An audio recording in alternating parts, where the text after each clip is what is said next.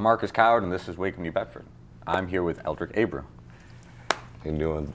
So this is part 2 of this conversation.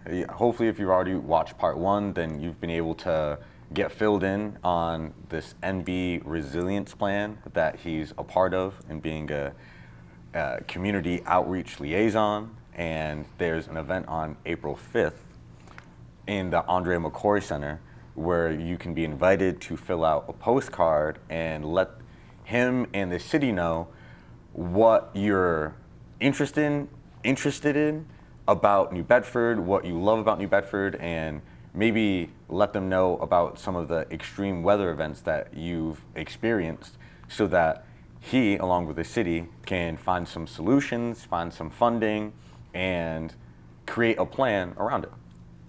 Yeah, thank you. And the position I was, I've been kind of part of my elevator pitch. It's the Community Resilience Ambassador. Okay. And actually, when I was working with some middle school students, I told them I was like, my job's in the name. I'm an ambassador for the community, promoting resilience within it. Right? Okay, I was like, that that catchiness. And I think that was helping with the pitch. But this has been a great opportunity to project, and even a great learning project for myself, even speaking out to different members of the community and feedback that they're sharing, seeing what's important to them, what they love, as well as what they like, what different extreme weather experiences they've seen, are experiencing.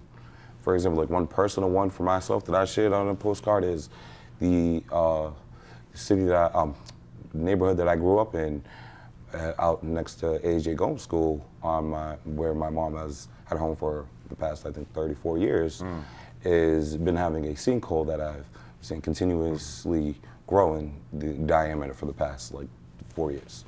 And it started off like a little small sinkhole, maybe about a foot wide, that continuously gets patched up by some asphalt, but is at a, I think, width of about 5 feet. And I'm really concerned that, God forbid, a car or vehicle, enemy, or kids, it's literally a minute away from walking away from an elementary school.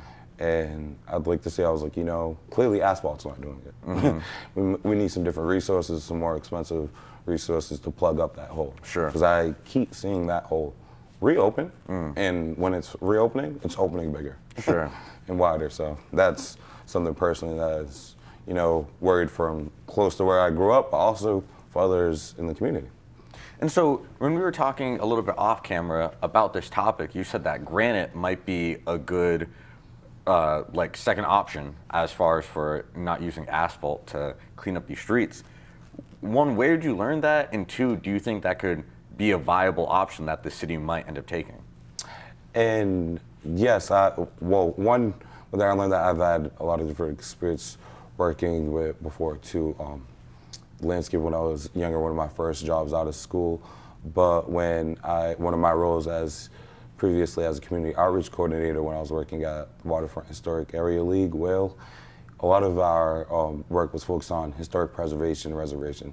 So I learned a lot about different agricultural beings, especially like historical agricultural processes here, about different types of building in New Bedford, whether it's our homes or our buildings. And one thing about historic New Bedford, we have a lot of historical resources that we're not using as much anymore because they're limited and a lot more expensive.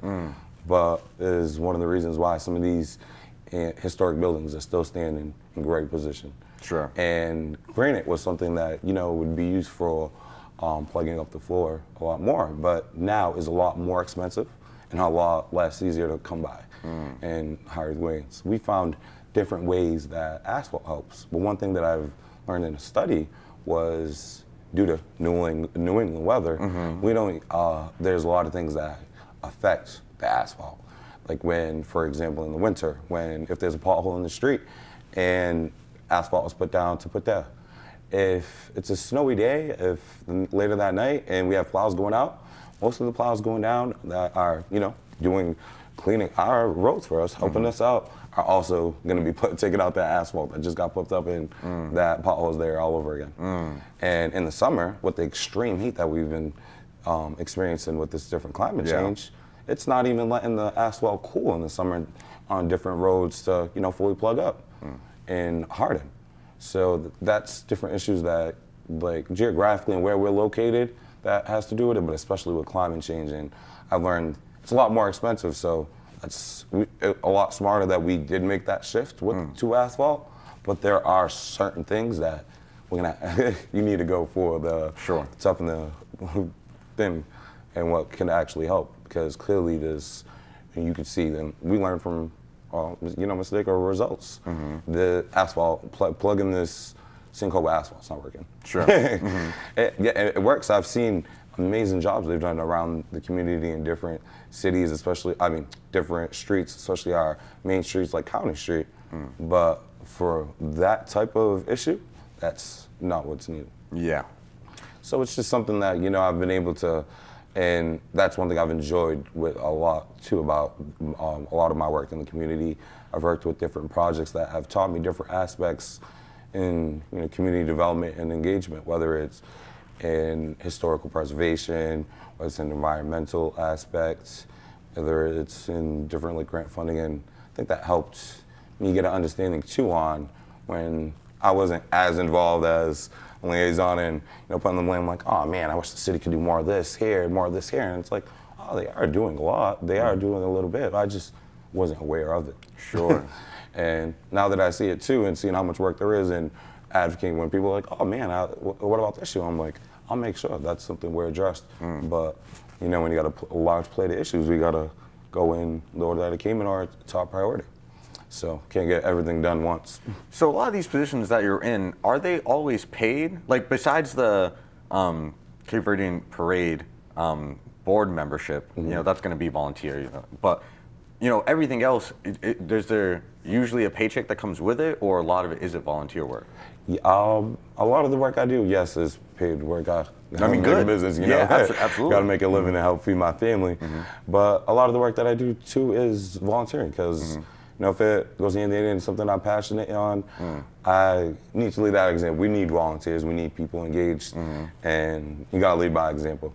I've been volunteering since I was in high school in different community projects, community events, and something I enjoy doing. So it's a great way sometimes to get your foot in the door, learn more about it, and get engaged. What first motivated you to volunteer? Actually, I think it was probably one of my first big volunteer projects that I like to bring in. I was working a lot at one point with the Coalition of Social Justice, Marlene Pollock, and doing a lot of great work. And we were working at one point on a Save the School action project for Lincoln School up in the West End when they were advocating to make it a private school. And we were mentioning too how we're losing more and more public schools, and that area was limited on public schools. So we went around with different petitions, speaking to people about how we do need the necessary public schools in different areas. As well, known up to public, we do need our private, but we can't be just taking away from different our local schools. That in that area, the closest local elementary would have been another, I think, half-mile radius. So we went around all the neighborhoods in those areas, share this information to people in the neighborhood, got them engaged, got a bunch of signatures in our petition. I think we gathered over 250 or 500. And I was working with Dr. Ricardo Rosa from UNS Dartmouth, and we were able to get it done. Wow. And I was like, wow, I was like, man, I was a part of something that got done. Yeah. And I told my cousin, I was like, I was just passionate about this. I wanted to help and just say help, but to actually see that we were able to bring this up to the city, get this back into a public school, get that back open, and now see it open in school. Whenever I drive by, I'm like, that was one of the first community projects that got me, involved and embraced. And so that was one of the first projects you did, but how did you get involved with that? Like, who found who? Did the Coalition of Social Justice, did they reach out to you, or did you reach out to them? That was something I had, the president, Millie Parlick, had reached out to me, and we had met at different community events. I had met her at a neighborhood association meeting, group meeting. Then she started seeing me at different community meetings at whether it was a local public library or city hall. And she contacted me once, told me about this project, said, I seen you've been wanting to be engaged. Do you want an opportunity to work on this project? And I was like, yes, that's that's exactly what I'd love to do. I'd love to learn from that and, and bring some of the work that I do on a larger scale. And after I got that opportunity, I think it worked hand in hand, and that's something I like to say all the time. And part of my work is engagement and networking. While you're networking, I like to share my information that can help people, and as well as that also sometimes people come back and like, hey Eldric, I know you have a little bit of experience in here. Could you help me with this project in the city? I'm like, yeah. If it's helping the city, why not? I'd love to help in any way I can. So that was a great way that it had helped me get in, like, from I think I felt just like someone just voluntary to someone that was needed. And the more and more started to do that, the more and more it became like a passion of mine. Sure. I was like, at first it was kind of just a little part-time. It was something I was volunteering just to help my community. And then it became something that I was like, this is what I want to do for a career. This is what I enjoy doing. Sure. And it feels good that the hard work pays off, and that I can share that off to people and share that to my friends and family in the community. Because I'm like, one thing I remember when things were difficult, wasn't as engaged in the community, I felt like I didn't have a voice. I didn't hold any weight, I didn't hold any power. And I was like, man, I can't do nothing what's going on in my city. If I want to talk to Mayor, he's not listening to me. And I'm like, you know what? Once I started getting engaged, I realized it takes two to tango. We want things resolved, but we also need to be present. We need that.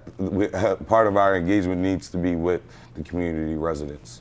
So, and you're so right. If we want to make change, like, it's not just about voting, but it's showing up. It's knowing about what's going on, being informed, going to these events, and not just leaving it up to the elected officials, but unifying and organizing as a people, as a city, and as neighborhoods. Exactly. Yes. And that's where I was like, bring up to a lot of people, that's where the accountability card comes. A lot of people like to put the blame on this, and then I'm like, were you engaged in that? Yeah. Did you speak in that? Yeah. What did you do? And I was like, even with, something when I'm talking about a lot of our age group, a lot of people aren't even registered voters, haven't voted ever in their life, and I'm asking people, they're like, it's just not something I feel is relevant. And I'm like, and then when you're complaining about something, whether it's your ward counselor, this thing that's going on, I was like, you're kind of feeding into the problem if you're not fighting against it. Yes. I was like, if you want to really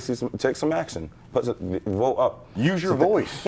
Use your voice and see the power of the people. And that's where I think I've seen some accountability too, that I was like, before I went, just being, I think, a young little adolescent kid, like, oh man, my ward council ain't doing nothing, my city official ain't doing nothing. But actually realizing how much work they are doing, and the fact that I can only do so much work unless you're engaged. I can bring, for example, like this project.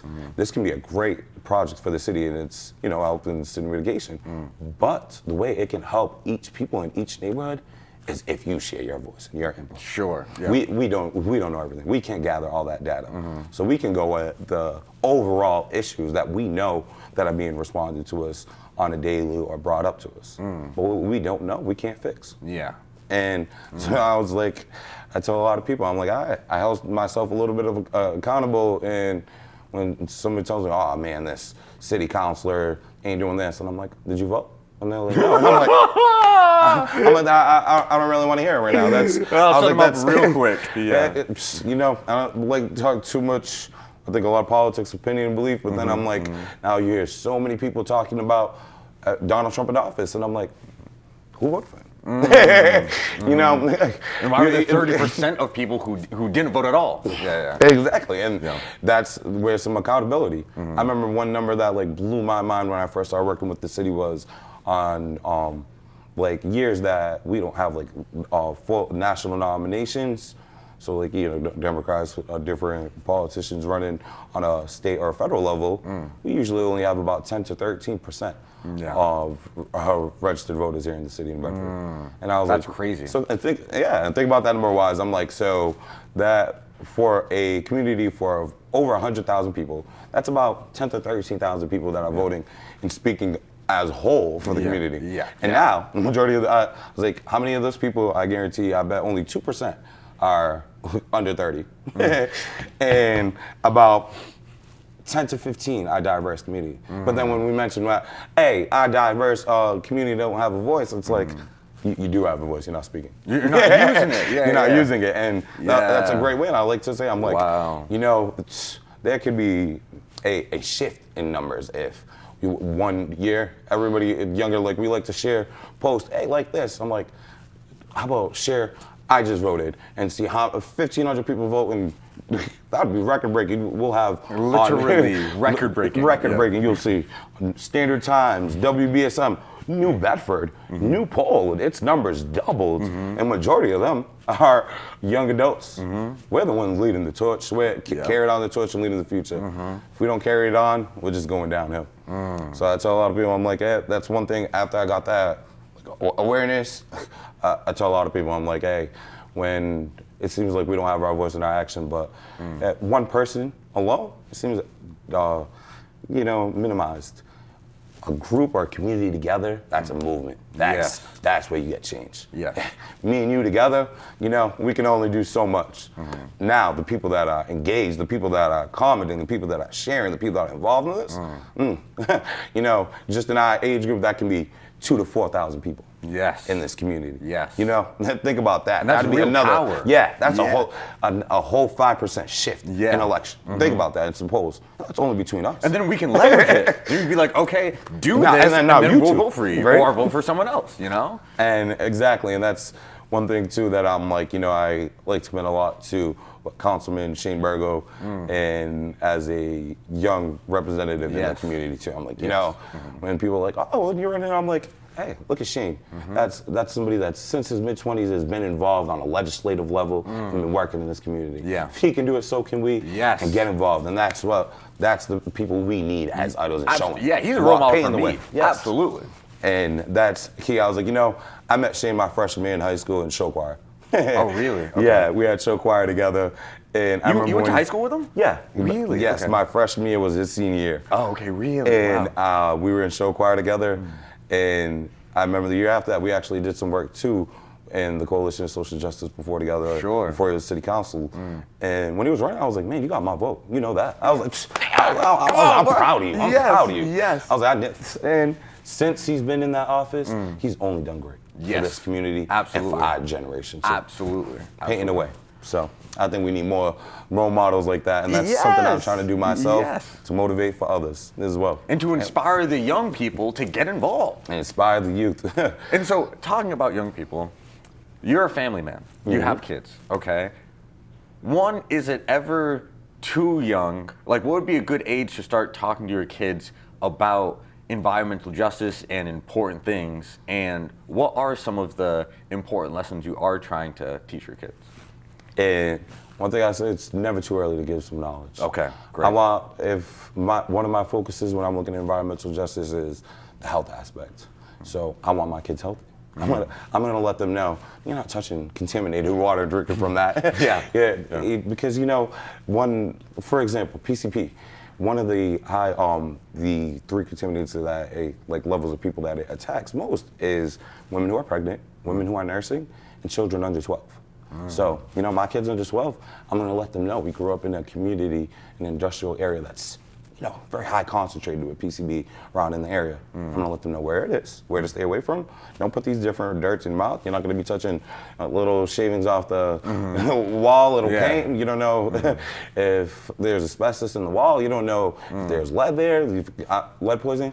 Letting my kids know early and great, because that's something, you know, I was taught early as well. And I think that knowledge is only power, but it also will just be helpful for my children. And my daughter, for example, is gonna be 15, actually, today's the 7th. She's 15 months today. And congratulations, man. Has been going with me to community meetings since she was like about 6 months. Wow. My daughter has pictures with Senator Montigny, Mayor Mitchell, State Rep, Representative Chris Hendricks, Antonio Cabral. And I was like, man, my daughter, you know, before she's 2, has already gotten more. Yes. And like some Yeah, she quality got them time with me. connections. And I was like, Yeah, ooh, yeah. that's great. And there was this one meeting, you know, that she came to with me, and you know, that impression that she had gave into that room. I was like, I think 2 weeks later, I had met a director from that scene meeting, and I was like, oh, hey, you were the young man with that adorable young girl. I was like, oh, my little community liaison, right? I was like, oh, look at that. I was like, this lady remembered me because of this beautiful face, huh? Yes, yeah, absolutely. And I was like, look at this. So she's already doing her marketing. And since I was like, you know, part of that is power. You see, and I think that's one thing that you see a big imbalance with different minority groups.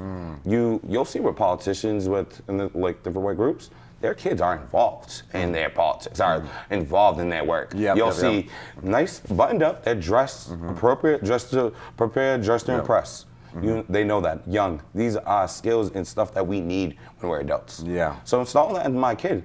What's wrong with my kid at 18 knowing how to dress, knowing how to talk, and knowing how to speak? And knowing how to be informed. And how to be informed and how to take action, how to Yes. learn and take part. I'm like, man, you know, that means my children, possibly, I'm hoping that we'll be doing bigger and better things than me at an earlier age. Yes, that's a great point. Yeah, yeah. My little sister is a junior at New Bedford High School right now.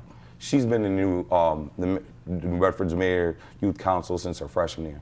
Wow. I didn't have 1 year in the New Bedford Youth Council, and I'm like, wow. Yeah, I told her, I was like, kudos to you. I was like, you know what? Keep doing that. Keep doing that. I was like, I Yes, remember the first time I took a picture with the mayor and was talking to him and got to first name basis and how accomplished I felt. I was like, you're already on that. Yeah. He knows you on a first name basis. Good for you. And you know, that confidence right there is, I'm glad. And she was like, well, you know, you've gave me a lot of different experience. I see you in the community all the time. And we've done a lot of work, whether it's for our local legislatives, holding signs for them during their election. And you know what? My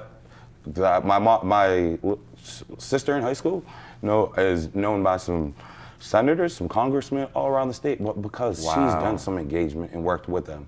I'll hear people that will be like, man, I've been trying to get in touch with Senator everything. I'm like, how does he know you? How does he talk to you? I'm like, we've worked together. We got an opportunity. Like when I was promoting there with them, he loved that I was there to support him. We met each other and made a great impression. Yeah. I was like, it's like how you meet somebody, the first impression. We It's met huge. and I remember one of the very first times, he's a great supporter of the Cape Verdean Recognition Committee and Parade. And it was one of my first times seeing Senator Montigny in person. I went to go introduce myself. I wanted to know. And I was like, hey, Senator Montigny. He was like, Eldric Abreu, right? And I was like, what? Right? I was like, Eldric. I was like, yes. I was like, how did you know me, Mark Montigny? Yeah, literally. And he was like, well, I've seen some of the work you've already done. Wow. He's like, I've seen your engagement.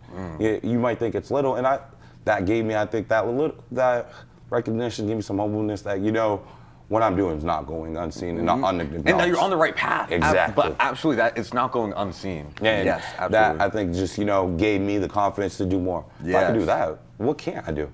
What's my limit, you know? The only thing that's limiting ourselves is just, we'll get into some hurdles, but is ourselves. In our imagination. In our imagination, our limit. And I was like, you know, that's one thing I remember speaking a lot of times, and they're like, oh, what's some negative propaganda that you have? And I'm like, I hate when people lower the standard to people because they're like, oh, you know, look how they're living. They're not going to do anything higher. I'm like, that's exactly why. Where a lot of people that, you know, from neighbors I've grown up with, when I'm telling them, they tell me all the time, they love the work I do. They love to be involved. I'm like, then come be involved. And they're like, I couldn't do that. And I'm like, what do you mean? Why couldn't you? They're like, look where I'm from. I'm like, man, we grew up in the same neighborhood. What are we talking about? What does that mean? Yeah. You hear that? And I hear that all the time. Really? And that's for an example that it's like, you know, and I think that's just anywhere around the world you'll see different, like, racial stigma. And it's, if somebody asks me in the community that maybe doesn't know from New Bedford, like, oh, where are you from? Where you born? I was like, oh, south of New Bedford. They're like, oh, that's great. Like, so you're New Bedford resident working in the city. If I say I was born and raised near Monte's Park, they're like, oof. They're like, oh man, what trouble did you get in growing up? I was like, nothing. Yeah, like, why do you, what makes you assume? So I was just negative That trouble. is trouble, yeah. Yeah, and I was like, you know, and a lot of times when I first started getting involved, it made me a little hesitant to even tell people that I was from that area. But I was like, no, I take pride from my community, where I'm from, and I tell people pride. I'm like, you know what? I was born and raised right next to going to school in New Bedford High. I mean, in Monty's Park. A lot of people like to say, oh, those kids are just doing things in the streets and aren't going to be doing much. Look, a kid from Monty's Park neighborhood is working in the involved city. in the community. Yes. I'm working in the city. I work with state legislators. I've worked with different congressmen, and I've done amazing Great things. So who can't? Yes. Just got an That's- award. Exactly. And so to close out, first of all, congratulations on your award. Thank you so much. Receiving Thank that. you. And I'm so glad you are being recognized for all the work that you're doing, and that it doesn't just happen overnight. You've been doing this work for years. As we Yes. talked about, you first got started in high school. So tell the people, to close us out, what that award is for. That award was a Black Excellence Award on Beacon Hill at the State House. And 26 state legislators had an opportunity to nominate one Black community member that's been working in their community and activated and deserves to be recognized, and was a citation. Wow. And local state representative Christopher Hendricks nominated me for Wow. a Black Excellence That's Award. great, man. A citation at the White House, and man, was it amazing.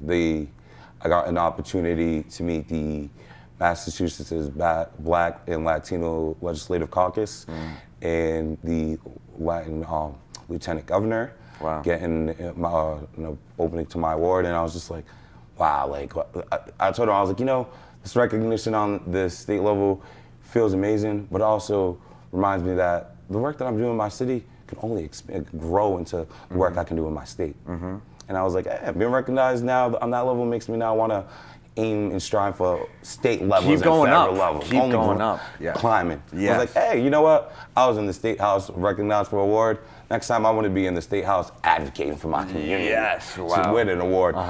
Instead of just working within the city or like inside my city hall, we'll be working with them. But I'm going to be in front of the State House bringing up some ideas. Yeah, absolutely. And I think that's the power that had given me, and I want to continue to see with others. And it was a great opportunity, and amazing point that also too, our state of Massachusetts does some of the work it does, especially with its diverse communities. Yeah. And that, award gave me, I think, just more confidence to do more and more on higher levels. Eldric, it's been a pleasure. Thank you for coming back on the show. Your first episode is one of the most watched, so I know that a lot of people not just liked it, but then told their friends, but then also so many people around you support what you're doing, and that your name really does ring true in the city. Thank you for being on the show. And thank you everyone for watching. This has been Wake Up New Bedford with Eldric Abreu. And thank you, Marcus, and thank you for the work that you're doing. It's a pleasure. Keep it up, and this is just, us paving the way and telling more people. Get engaged, get involved in your community. You're next. You're next. Right? You're next. You're next. Thank you everyone, and catch us on the next episode. Peace.